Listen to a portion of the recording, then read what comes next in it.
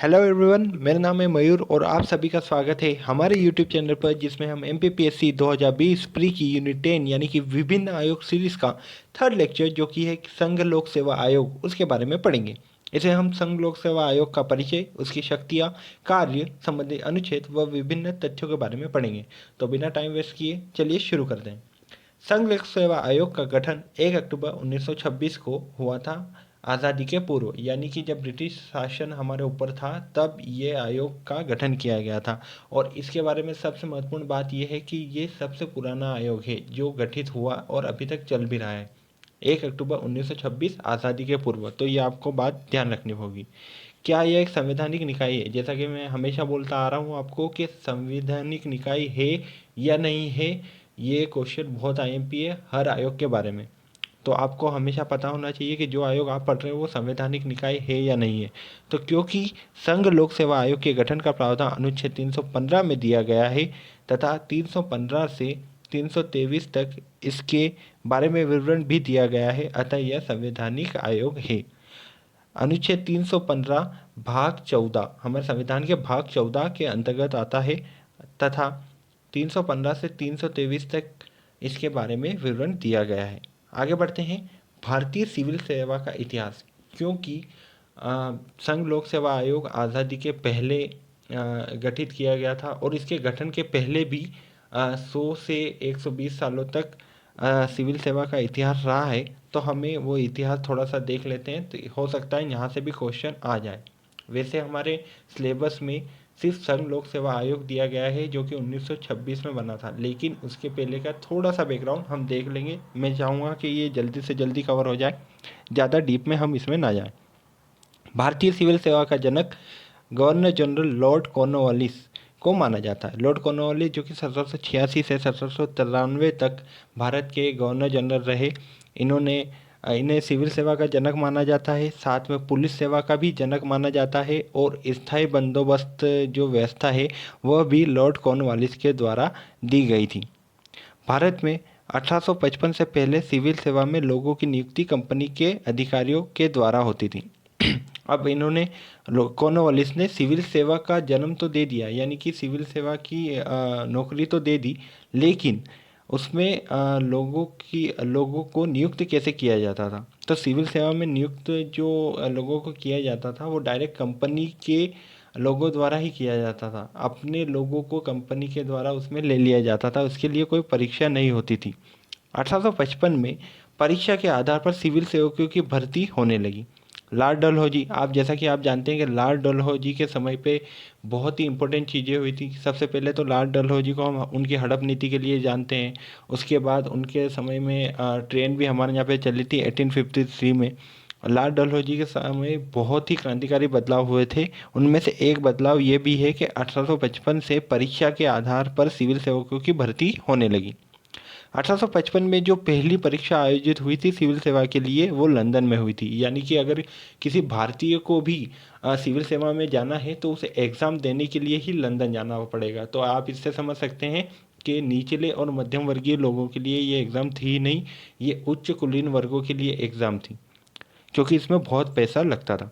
1864 में सत्येंद्रनाथ टैगोर जो कि रविन्द्रनाथ टैगोर के भाई थे, पहले भारतीय बने जिन्होंने सिविल सेवा परीक्षा पास की। आप देख लीजिए 1855 यानी 1855 से एग्ज़ाम शुरू हो गई जिसमें भारतीय लोग जा सकते थे, लेकिन पहले जो भारतीय थे जिन्होंने सिविल सेवा पास की वो 1864 या 1864 यानी 9 साल का वक्त लग गया। तो इससे आप समझ सकते हैं कि उस समय भारतीयों की हालत क्या थी सिविल सेवा के में जाने के लिए। 1886 में एचिसन आयोग, ये आयोग वन लाइन फैक्ट है तो हो सकता है ये आ भी जाए एग्जाम में, इसलिए आयोग का नाम याद रखना। 1886 में एचिसन आयोग जो कि लॉर्ड डफरिन के समय आया था। लॉर्ड डफरिन को आप जानते होंगे, इन्हीं के समय में 1885 में कांग्रेस की स्थापना हुई थी, इंडियन नेशनल कांग्रेस, जो आज भी एक राष्ट्रीय लेवल की पार्टी है। इन्होंने एचिसन आयोग जो लॉर्ड डफरिन के समय आया, जिसने सिविल सेवा पास करने के लिए अधिकतम आयु की सीमा जो थी वो 23 साल कर दी, जो कि पहले 19 वर्ष थी। समझ लो कि इसने मतलब सुधार किया, यानी कि आयु जो है वो 23 साल कर दी जो कि पहले 19 वर्ष थी। तो जब ये शुरू हुआ था इनिशियली 1861 में, तब इसकी आयु 19 वर्ष ही थी। 23 वर्षीय थी, सॉरी 23 वर्षीय थी, यानी कि 23 वर्ष तक आप इस एग्ज़ाम को दे सकते थे। लेकिन लॉर्ड लिटन ने 1878 में जो अधिकतम आयु थी वो 19 वर्ष कर दी। तो अगर 19 वर्ष होगी तो होगी अधिकतम आयु, तो इससे घाटा किसका होगा? सीधा सीधा भारतीयों का इसमें घाटा होगा, क्योंकि अगर 23 वर्ष होगी तो उसको 4 साल एक्स्ट्रा मिलेंगे। किसी भी इंडियन को 4 साल एक्स्ट्रा मिलेंगे सिविल सेवा में जाने के लिए। इसलिए ये जो एचिसन आयोग का जो कार्य था वो बहुत ही अच्छा था भारतीयों के लिए। आगे बढ़ते हैं। सन 1912 में इस्लिंगटन आयोग, जो कि हार्डिंग द्वितीय, आपको पता होगा 1910 से 1916 के समय हार्डिंग द्वितीय भारत के गवर्नर जनरल थे। इन्हीं के टाइम पे जो कैपिटल है वो कोलकाता से दिल्ली शिफ्ट की गई थी। इनके ऊपर बम फेंकने की भी कोशिश की थी हमारे क्रांतिकारियों ने। इनके समय में इस्लिंगटन आयोग आया, जिसने ये कहा कि प्रतियोगी परीक्षा का आयोजन भारत में भी होना चाहिए। ठीक है, इनके कहे अनुसार भारत में जो पहली परीक्षा आयोजित हुई थी वो 1922 में आयोजित की गई थी इलाहाबाद। उस समय का इलाहाबाद, वर्तमान इसका नाम चेंज कर दिया गया है, प्रयागराज में आयोजित की थी, यूपी में। ठीक है, आगे बढ़ते हैं। 1919 का भारत सुधार अधिनियम, हम सभी जानते हैं कि 1919 का भारत सुधार अधिनियम को मॉन्टेग्यू चेम्सफोर्ड सुधार के नाम से जाना जाता है। उसमें दिए गए प्रावधानों के अनुसार 1923 में लोक सेवा आयोग के गठन के लिए रॉयल कमीशन बनाया जाता है। 1919 के भारत सुधार अधिनियम में यह प्रावधान किया गया था कि संघ लेवल पर भर्ती के लिए या केंद्रीय लेवल पर भर्ती के लिए एक कमीशन बनाया जाएगा, जो कि संघ लेवल पर भर्ती के लिए एक आयोग की सिफारिश करेगा। यानी आयोग कैसा होगा, उसकी संरचना कैसी होगी, यह रॉयल कमीशन बताएगा।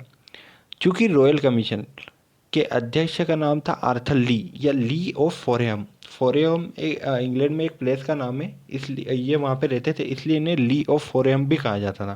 तो आर्थर ली या ली ऑफ फोरेहम थे इस कमीशन या रॉयल कमीशन के अध्यक्ष, इसलिए इस कमीशन को ली आयोग के नाम से भी जाना जाता है। हम सभी जब भी बात करते हैं या फिर एग्ज़ाम में क्वेश्चन भी आता है तो ज़्यादातर यही आता है कि कौन से आयोग की सिफारिश पर केंद्रीय लोक सेवा आयोग का गठन हुआ, और उसमें ऑप्शन में ली आयोग ही आता है। मैंने यहाँ पर रॉयल कमीशन इसलिए दे दिया, अगर उसको एग्जामिनर को क्वेश्चन ट्रिकी या डिफ़िकल्ट बनाना रहा तो वो रॉयल कमीशन के नाम से भी दे सकता है। 1923 में इसका गठन हुआ, रॉयल कमीशन या ली कमीशन का। उन्होंने 1924 में अपनी रिपोर्ट दी, जिसके आधार पर 1 अक्टूबर 1926 को वर्तमान स्वरूप वाला लोक सेवा आयोग अस्तित्व में आया। वर्तमान स्वरूप वाला लोक सेवा आयोग यानी कि जिस स्ट्रक्चर में आज है, इस टाइप का थोड़ा बहुत इससे मिलता जुलता लोक सेवा आयोग अस्तित्व में 1 अक्टूबर 1926 को आया। तो यहाँ से अब हमारा जो सिलेबस में है लोक सेवा आयोग वो शुरू हो जाता है। ठीक है, ये इतना हमने बैकग्राउंड देख लिया, क्योंकि भारतीय सिविल सेवा का इतिहास हमारे प्री के साथ मेंस में भी काम आ सकता है, और इतना बैकग्राउंड तो हमें पता होना ही चाहिए। 1935 के भारत शासन अधिनियम के तहत, आपको सबको पता है कि 1935 में भारत शासन अधिनियम आया था, जिसके द्वारा सेंट्रल लेवल पे कोर्ट की स्थापना की गई थी, बर्मा को भारत से अलग किया गया था, और भी बहुत सारी चीज़ें 1935 के अधिनियम में थी। और स्वतंत्रता अधिनियम जो भारत का संविधान बना हमारा, जो कि 26 जनवरी 1950 को लागू हुआ, उनमें भी 70% चीज़ें जो है 1935 के भारत शासन अधिनियम से ही ली गई है। तो 1935 के भारत शासन अधिनियम के तहत 1 अप्रैल 1937 को लोक सेवा आयोग का नाम बदलकर फेडरल पब्लिक सर्विस कमीशन किया गया। ठीक है, तथा उसके साथ एक और आयोग की स्थापना की गई, जिसे प्रांतीय सर्विस कमीशन कहा गया। ये सिर्फ वन लाइन फैक्ट है कि 1937 में लोक सेवा आयोग का नाम बदलकर फेडरल पब्लिक सर्विस कमीशन कर दिया गया था। ठीक है, बीच में एक बार नाम चेंज हो गया था, इंग्लिश में नाम रख दिया था उन्होंने, ये याद रखना है आपको। ठीक है, और उसके साथ में एक और आयोग की स्थापना की गई, जिसे प्रांतीय सर्विस कमीशन कहा गया। आप सबको ये तो पता ही है कि ब्रिटिशर्स जो थे वो राज्यों को प्रांत के नाम से बोलते थे। वो जैसे कि आज हमारे आज़ादी के पश्चात हम राज्य बोलते हैं, आज़ादी के पहले प्रांत, हिंदी में प्रांत होता था स्टेट के लिए। ठीक है, तो प्रांतीय सर्विस कमीशन कहा गया। तो ब्रिटिश कालीन जो प्रांतीय सर्विस कमीशन है, वर्तमान में राज्य सेवा आयोग के रूप में देखे जा सकते हैं। तो जैसा कि मध्य प्रदेश का राज्य लोक सेवा आयोग है, वो प्रांतीय सर्विस कमीशन का एक रूप है, वो हम कल पढ़ेंगे, आगे पढ़ेंगे। फिर आगे बढ़ते हैं तो 26 जनवरी 1950 जब हमारा संविधान लागू हुआ तो उस दिन फेडरल पब्लिक सर्विस कमीशन का नाम बदलकर संघ लोक सेवा आयोग कर दिया। ये भी वन लाइन फैक्ट है और बहुत आईएमपी फैक्ट है, सीधा सीधा आ सकता है कि फेडरल पब्लिक सर्विस कमीशन का नाम बदलकर संघ लोक सेवा आयोग कब कर दिया गया। अब जो संघ लोक सेवा आयोग है इसका ये हेडक्वार्टर कहाँ पे है, दिल्ली में है। दिल्ली में कहाँ पे है, Dholpur house, Shahjahan road, New Delhi. ठीक है, इतना डिफिकल्ट कोई नहीं पूछेगा, ज़्यादा से ज़्यादा ये पूछ लेगा कौन से शहर में है, जो कि दिल्ली है, सबको पता है। स्वतंत्र भारत के बाद इतिहास देख लेते हैं थोड़ा सा। स्वतंत्र भारत के पहले संघ लोक सेवा आयोग के अध्यक्ष थे एच के कृपलानी। एच के Kripalani was the first Indian chairman of UPSC. ठीक है, तो एच के कृपलानी जो है स्वतंत्र भारत यानी 1947 में जैसे ही आज़ाद हुआ उसके पहले जो सारे अध्यक्ष थे या चेयरमैन थे वो ब्रिटिशर्स थे, विदेशी थे। लेकिन जब भारत आज़ाद हुआ तब संघ लोक सेवा आयोग के अध्यक्ष बनने का सौभाग्य एक भारतीय को मिला और वो थे एच के कृपलानी। ठीक है, आज़ादी के बाद संघ लोक सेवा आयोग से जुड़े हुए 3 आयोग आए हैं, यानी इन्होंने इसमें कुछ सुधार बताए हैं। जो भी आयोग मैं बता रहा हूँ वो बहुत ही इंपॉर्टेंट आयोग है, तो आयोग तो वन लाइन के फैक्ट हैं तो आपको याद होना ही चाहिए। तो 1976 में कोठारी आयोग आया। कोठारी आयोग ने क्या सुझाव दिए, इन्होंने बोला कि जो एग्ज़ाम होनी चाहिए यूपीएससी की या संघ लोक सेवा आयोग की वो 3 स्तरीय परीक्षा होनी चाहिए। तो जैसा कि हम देखते हैं कि आज 3 स्तरीय परीक्षा ही होती है, पहले प्रारंभिक या प्री होती है, फिर मुख्य या मेंस होती है, उसके बाद साक्षात्कार या इंटरव्यू होता है। ठीक है, तो ये इनका जो सुझाव था वो मान लिया गया है। 1989 में सतीश चंद्र समिति आई थी। उनका सुझाव था कि निबंध का भी एक पेपर होना चाहिए, यानी कि ऐसे का एक पेपर अलग होना चाहिए संघ लोक सेवा आयोग की परीक्षा में। तो हम देखते हैं कि ऐसे का पेपर होता है, तो जी हाँ बिल्कुल आज होता है, तो इनका भी सुझाव मान लिया गया। और भी सुझाव थे लेकिन ये इम्पोर्टेंट सुझाव है जो मैं बता रहा हूँ। 2004 में होता समिति आई।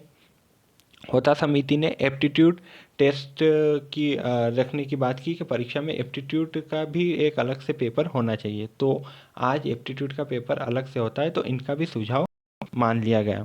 ठीक है, आगे बढ़ते हैं। सामान्य परिचय, फिर से ये बिल्कुल बेसिक जानकारी है, डिटेल में आपको पढ़ना है, लेकिन ये बेसिक जानकारी जिससे आपका इंटरेस्ट रहे आयोग में, क्योंकि आयोग बहुत बोरिंग सब्जेक्ट है और कन्फ्यूजिंग सब्जेक्ट है। तो ये इसका आप स्क्रीनशॉट ले सकते हैं और बिल्कुल बेसिक चीज़ है, तो ये हम पढ़ लेते हैं।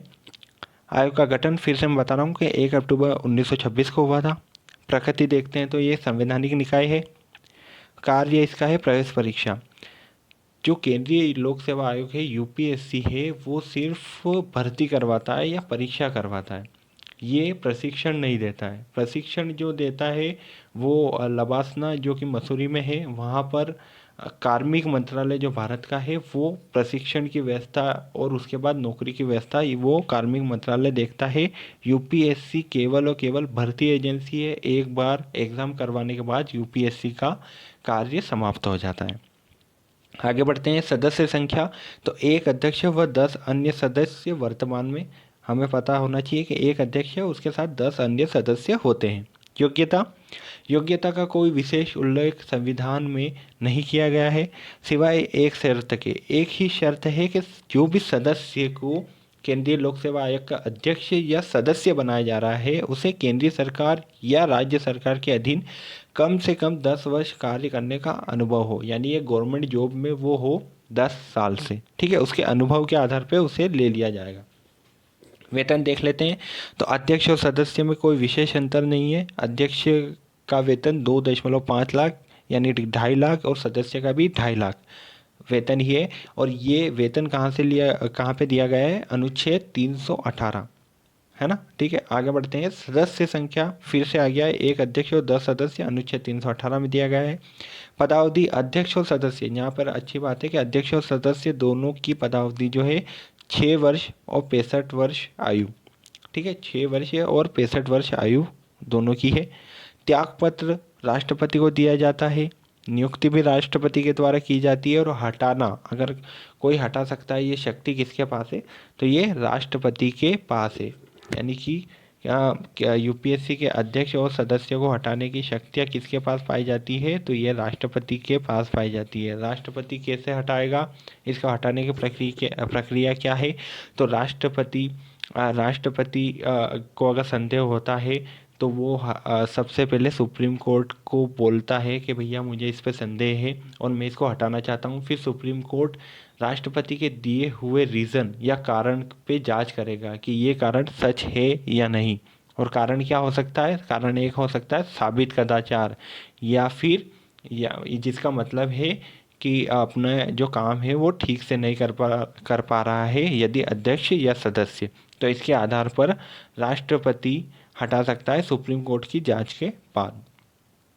ठीक है, संविधान में वर्णित प्रक्रिया के आधार पर। अब अध्यक्ष देख लेते हैं। ये भी वन लाइन फैक्ट है और अध्यक्ष से क्वेश्चन बनेंगे ही बनेंगे। अगर क्वेश्चन बनेंगे तो दो तीन जो कि मेन चीज़ें हैं, जैसे कि क्या यह आयोग संवैधानिक है या नहीं, सैलरी, पदावधि और अध्यक्ष, इस तरह की चीज़ें हमें याद करनी है। तो प्रथम अध्यक्ष जो इसके थे सर रोज बारकर 1926 में 1926 में प्रथम अध्यक्ष सर रोज बारकर थे। प्रथम महिला अध्यक्ष थी रोज मिलियन बेथ्यू, 1992 से 96 तक रही। वर्तमान अध्यक्ष इनके हैं प्रदीप कुमार जोशी। बहुत से लोग बोलते हैं कि अरविंद सक्सेना है। अरविंद सक्सेना का टेन्योर ख़त्म हो चुका है। अभी वर्तमान अध्यक्ष प्रदीप कुमार जोशी है, चेंज हो गए हैं। फिर है स्वतंत्रता पश्चात प्रथम अध्यक्ष, यानी कि मैंने जो आपको पहले बताया था कि आज़ादी मिलने के बाद जो पहले भारतीय बने उनका नाम था HK कृपलानी। स्वतंत्रता के पूर्व यानी कि 1947 में ही 15 अगस्त के पहले कौन अध्यक्ष थे? जो कि एक विदेशी थे, AFW रॉबर्टसन, ये ब्रिटिशर्स थे। ठीक है, एक फैक्ट है अध्यक्ष से जुड़ा हुआ कि अध्यक्ष की अनुपस्थिति के समय राष्ट्रपति कार्यवाहक अध्यक्ष की नियुक्ति करता है जब तक अध्यक्ष पुनः अपने पद पर वापस ना आ जाए। ठीक है, राष्ट्रपति कार्यवाहक अध्यक्ष की नियुक्ति कर सकता है। वो केंद्र में भी कर सकता है और राज्य में भी कर सकता है। जैसे कि वर्तमान में जो मध्य प्रदेश है उसमें जो अध्यक्ष है वो कार्यवाहक अध्यक्ष ही है राज्य लोक सेवा आयोग में, राजेश लाल मेहरा जो है वो कार्यवाहक अध्यक्ष है, परमानेंट नहीं है। फिर आगे बढ़ लेते हैं, विशेष देख लेते हैं। अध्यक्ष व सदस्यों के वेतन में कोई अलाभकारी परिवर्तन नियुक्ति के पश्चात नहीं किया जा सकता। जैसे कि पिछले दोनों आयोग में भी हमने देखा, केंद्रीय निर्वाचन आयोग और राज्य निर्वाचन आयोग में भी यही था कि अध्यक्ष और सदस्यों के वेतन में कोई अलाभकारी परिवर्तन नियुक्ति के पश्चात नहीं किया जा सकता। इससे क्या होता है कि जो अधिकारी होते हैं उन पर दबाव नहीं होता और वो फ्रीली अपना काम कर सकते हैं। वेतन, भत्ते, पेंशन का खर्च आदि भारत की संचित निधि से प्राप्त होंगे।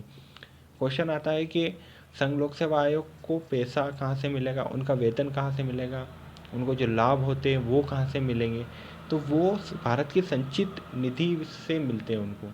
तो संचित निधि से मिलते हैं, इसका मतलब सीधा सीधा अर्थ ये है कि इस पर संसद में मतदान नहीं होगा, उनका वेतन घटाया नहीं जा सकता, उस पर मतदान नहीं किया जा सकता। ठीक है, आगे बढ़ते हैं। वेतन में संसद में मतदान नहीं होता, जैसे कि मैंने बताया आपको।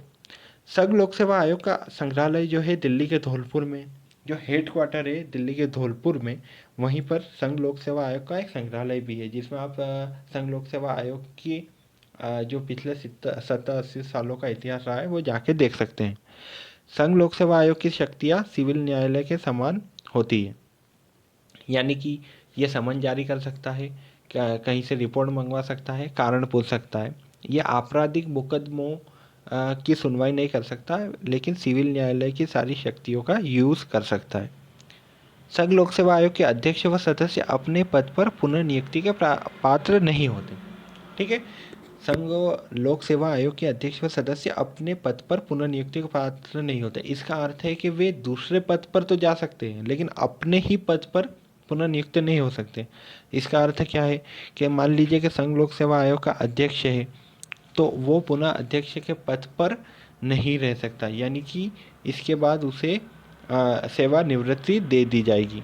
मान लीजिए कि संघ लोक सेवा आयोग का सदस्य है तो उसका क्या, तो वो अपने पद पर यानी सदस्य के रूप में पुनः स्थापित नहीं हो सकता, लेकिन वो संघ लोक सेवा आयोग का अध्यक्ष बन सकता है या राज्य लोक सेवा का अध्यक्ष बन सकता है। ठीक है, लेकिन वो सदस्य नहीं बन सकता। फिर आगे बढ़ते हैं, संबंधित अनुच्छेद देख लेते हैं। जैसा कि मैंने बताया था, अनुच्छेद 315 से 323 तक संघ लोक सेवा आयोग से संबंधित अनुच्छेद है।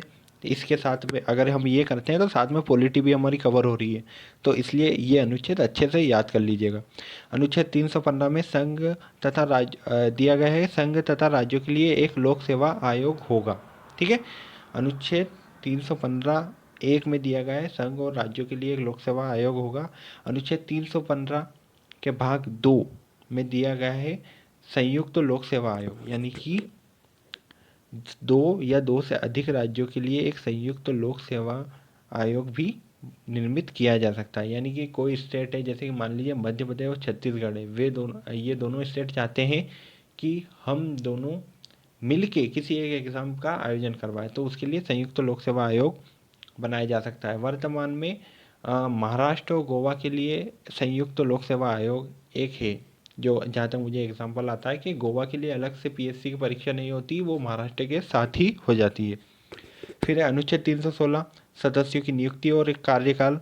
जैसा कि मैंने बताया कि नियुक्ति राष्ट्रपति करता है, त्यागपत्र भी राष्ट्रपति को देता है, हटाया जाएगा वो भी राष्ट्रपति के द्वारा ही होगा। अनुच्छेद 317 लोक सेवा आयोग के सदस्य की बर्खास्तगी यानी कि हटाना राष्ट्रपति के द्वारा होता है। अनुच्छेद 318 सेवा शर्तों से संबंधित नियम बनाने की शक्ति, अनुच्छेद 318 में नियम बनाने की शक्ति है। अनुच्छेद 319 आयोग के सदस्यों द्वारा सदस्यता समाप्ति के पश्चात पद पर बने रहने पे रोक, यानी कि एक बार सदस्यता समाप्त हो गई तो उसके बाद अपने पद पर नहीं रह सकते और उसी पद पर पुनः नियुक्ति नहीं हो सकते। हाँ, किसी दूसरे पद पर नियुक्त हो सकते हैं। अध्यक्ष अध्यक्ष तो किसी और पद पर नियुक्त नहीं हो सकता, क्योंकि उससे बड़ा कोई पद नहीं है। सदस्य जो है वो अध्यक्ष के रूप में नियुक्त हो सकता है यूपीएससी के, या फिर राज्य लोक सेवा आयोग के अध्यक्ष के रूप में नियुक्त हो सकता है। फिर आगे देखते हैं अनुच्छेद 320 लोक सेवा आयोग के कार्य। लोक सेवा आयोग के कार्य क्या होते हैं? सीधा सीधा है, यूपीएससी या संघ लोक सेवा आयोग के रूप में अखिल भारतीय सेवाओं के लिए भर्ती कार्य करना, या फिर राज्यों में नियुक्ति अगर राज्य अनुरोध करे तो उसके लिए भी भर्ती परीक्षाओं पर आयोजित करवाना। ठीक है, और अनुच्छेद 321 है लोक सेवा आयोग के कार्यों को विस्तारित करने की शक्ति। ये इतना इम्पोर्टेंट नहीं है। अनुच्छेद 322 लोक सेवा आयोग का व्यय जैसा कि मैंने बताया कि लोक सेवा आयोग के जो भत्ते रहेंगे, वेतन रहेंगे, वो सारे हमारे हमारे भारत देश की संचित निधि पर भारित रहेंगे। ठीक है, फिर अनुच्छेद 323 लोक सेवा आयोग के प्रतिवेदन और रिपोर्ट। लोक सेवा आयोग जो रहेगा यूपीएससी, वो राष्ट्रपति को प्रति वर्ष एक रिपोर्ट पेश करेगा, उसके वर्ष भर के कार्यों की उसका प्रतिवेदन देगा और राष्ट्रपति उसी प्रतिवेदन या रिपोर्ट को संसद के समक्ष रखेगा, जिसमें उन पर वाद विवाद होगा।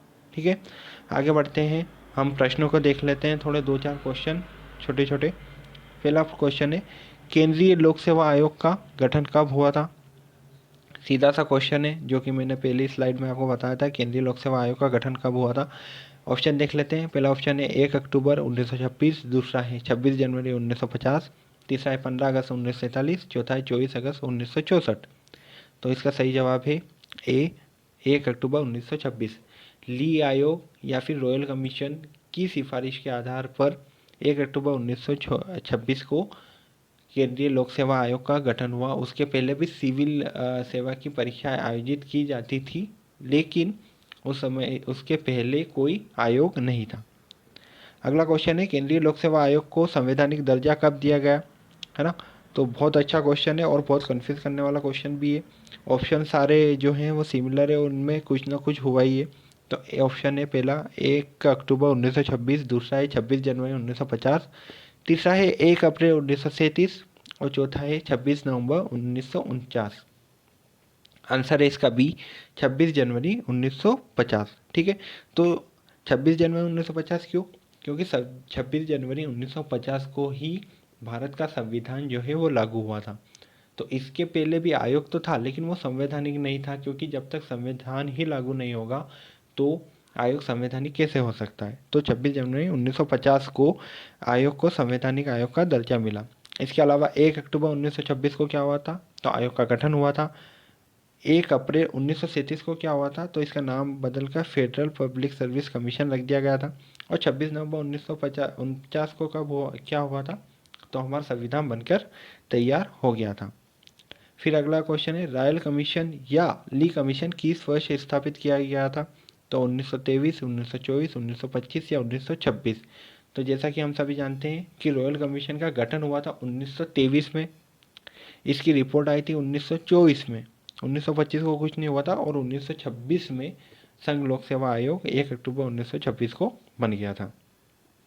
लोक सेवा आयोग यूपीएससी को किस अधिनियम के आधार पर फेडरल आयोग नाम दिया गया था, ये मैंने बताया था, ये बीच में एक बार नाम चेंज हुआ था इसका, तो वो किस आयोग के आधार पर हुआ था।